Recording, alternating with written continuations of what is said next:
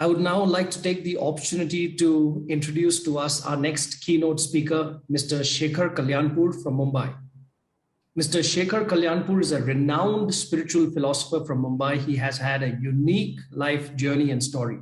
He's on the board of Empowered 21 for India, a spiritual movement for the youth launched by the president of the Oral Roberts University in the United States. So he's working across the world. He's empowered with wisdom, compassion, and a heart to counsel and mentor Bollywood film stars, young Bollywood, and national level sportspersons of India. He has been with the senior leadership and advisory of several global religious organizations, including that of John Maxwell, which have had a large presence across the world. For over 40 years, he has been dedicated and committed to serving youth, adults, families, and looking after the welfare of all sections of society in India. He has been directly engaged with educational institutions, corporations, media, humanitarian aid, and disaster relief for several decades. I thank you, sir, for being a part of today's conference. It is my great privilege to have you today, and I would like you to please expatiate on your philosophy and encourage the youth speakers and online audience. Over to you. Thank you, Dr. Moses. What a privilege it is for me to be part of this August gathering of the young people and especially the Global Challenge Forum. Dr. John, Samuel, and others. I'm so excited about the vision of 1 million 2030. And hearing this, especially young people and the projects, I am so delighted because in the midst of hopelessness, in the midst of helplessness, all the challenges that are going around the world in the abnormal, normal, new age culture, you are a great, great inspiration to me personally, hearing each of your presentations.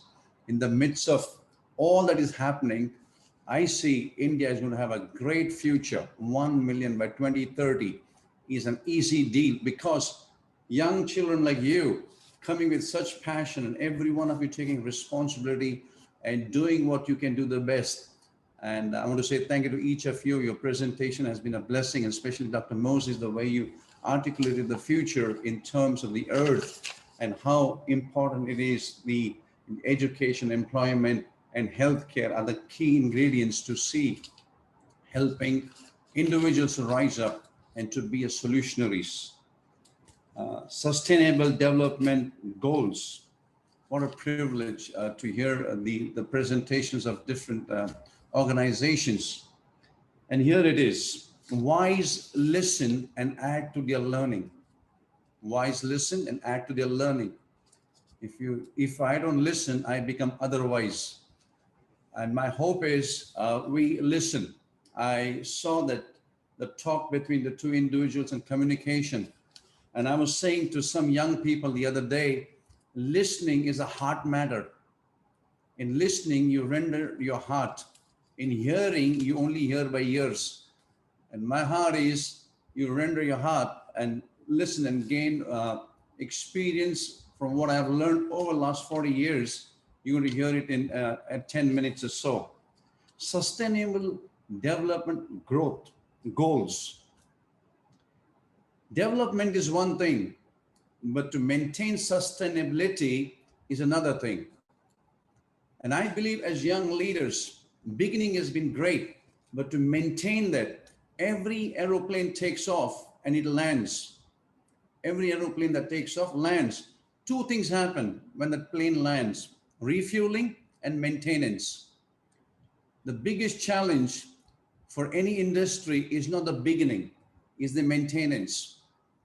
Air Alaska, a company, it lost its plane in New York, in Los Angeles, simply because they forgot to apply that gel at the tail end. When the turbulence come, they avoided to use that glue because of the cost of maintenance. Maintenance is a challenge for all of us, especially as you're growing leaders. Education does empower us with aptitude, but the daily discipline establishes our attitude. You and I today, we learn from experience. A wise leader learns from other people's mistakes. A follower learns from his own mistakes. As wise leaders, we learn from each other. We learn from one another. So daily discipline, character is not a gift. Character is a strong, what do you call it, a result of discipline. Character is not a gift. It's our gift to Almighty, our gift to humanity, our gift.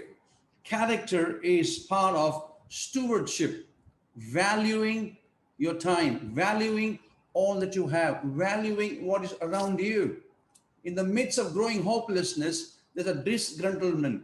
In the midst of growing challenges, it's easy to get depressed, easy to sulk, it's easy to withdraw and blame. But stewardship and leadership is when you take responsibility, and all of you, your projections and your results of what you're doing as young people motivated me, because you are a young leader, entrepreneur, and you've taken responsibility, and we see that showcase what you've shown us today is a great example. Being human is charisma, but doing human is the character. It's the heart matter. That means you value individual. You value every home and family. You value people around you.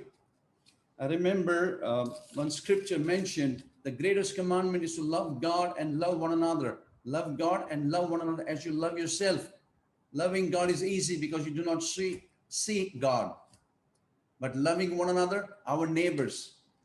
Our first neighbor is our home and family. Our neighbor is people around us. People, those are in need. It's easy to serve people when they come back to us with gratitude. It's easy to serve people when they come back with some kind of rewards.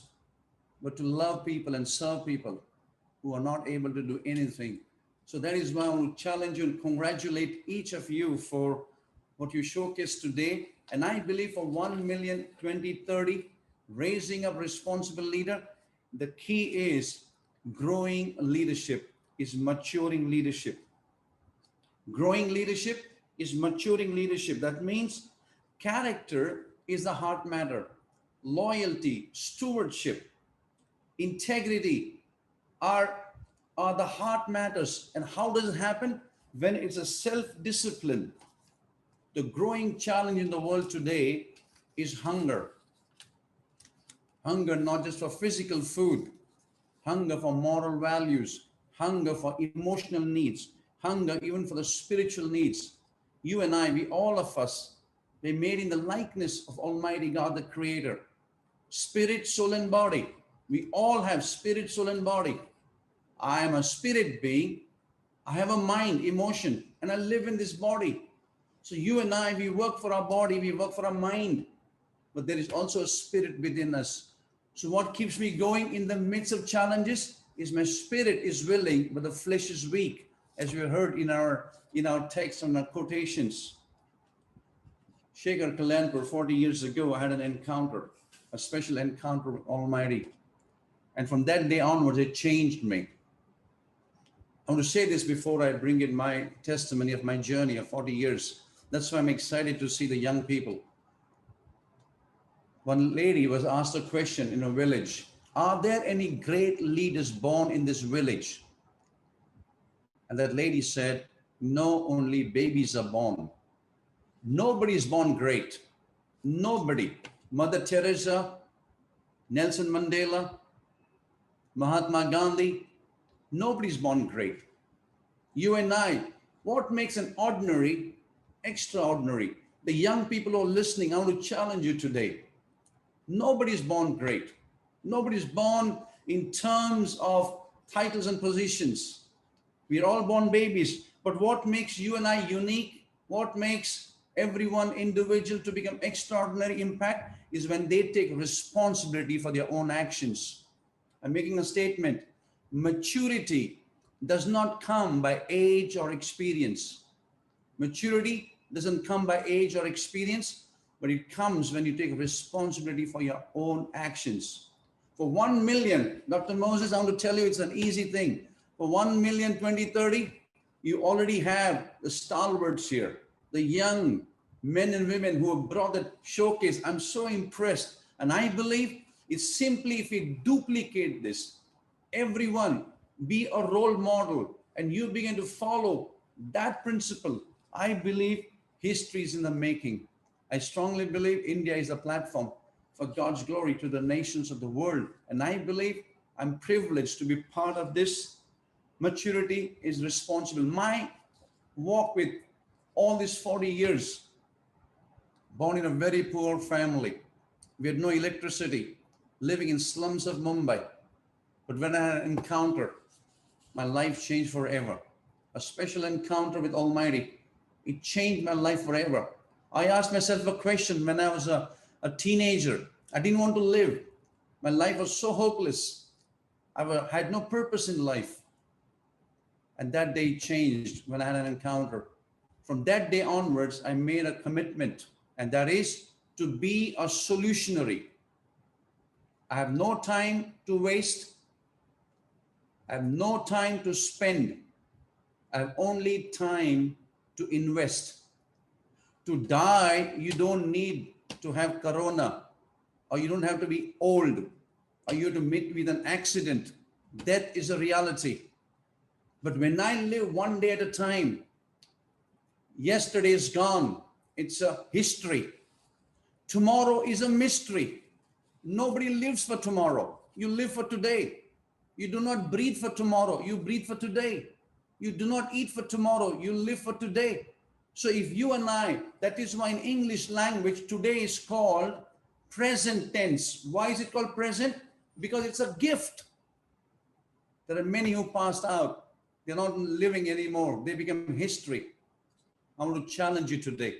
You can become a history maker. 1 million 2030. I believe it's doable. If there will be responsible people like young people that we saw today, and the faculty that is there, I believe it's a reality. For the last 40 years, I've been involved with projects personally driven in terms of last 1999, especially in Odisha project. We built around 30 villages and ministered to medicines to almost 15,000 and 130 tons of food. Even in Gujarat earthquake, we built about 3,200 homes. None of this money is raised anywhere in America, anywhere. It's within India, within our people, responsible citizens whom we challenge every one of them. One day at a time, let us invest and impact the lives of people. Even in the lockdown, we were able to minister food to 73,000 people meals and 5,800 people with ration. How is it possible? I'm an ordinary human being, but ordinary can become extraordinary when you take responsibility for your own actions. When you make a life dream that I will impact my life to someone around me. Loving God, loving people. Loving God is the importance, but how does that command becomes complete? Only when I begin to love people. When I see that people around me have a need beyond their, what you call it, means, you become a solutionary. So I want to say thank you to the panel for having me, Dr. Moses. I just want to let you know it's a privilege to serve you all, and this is just the beginning. Count me in, if you may, as a part of this vision of 1 million 2030 for these development projects. God bless. Thank you very much, Mr. Shekhar Kallianpur. Always, whenever you speak, I think the seeds that you're sowing will one day have its harvest. And we are very grateful to the United Nations for having propagated this project and the Global Challenges Forum for having partnered with the UNITAR. And of course, we have our key people there, Ms. Julia again, Mr. Alex Meja, and of course, the Assistant Secretary General of the United Nations, who was an Indian, and Mr. Nikhil Seth, very capable administrator. We are very grateful for these projects that are percolating down the ethos, the ideas, and the philosophy, which I think is going to transition people into bigger and better things.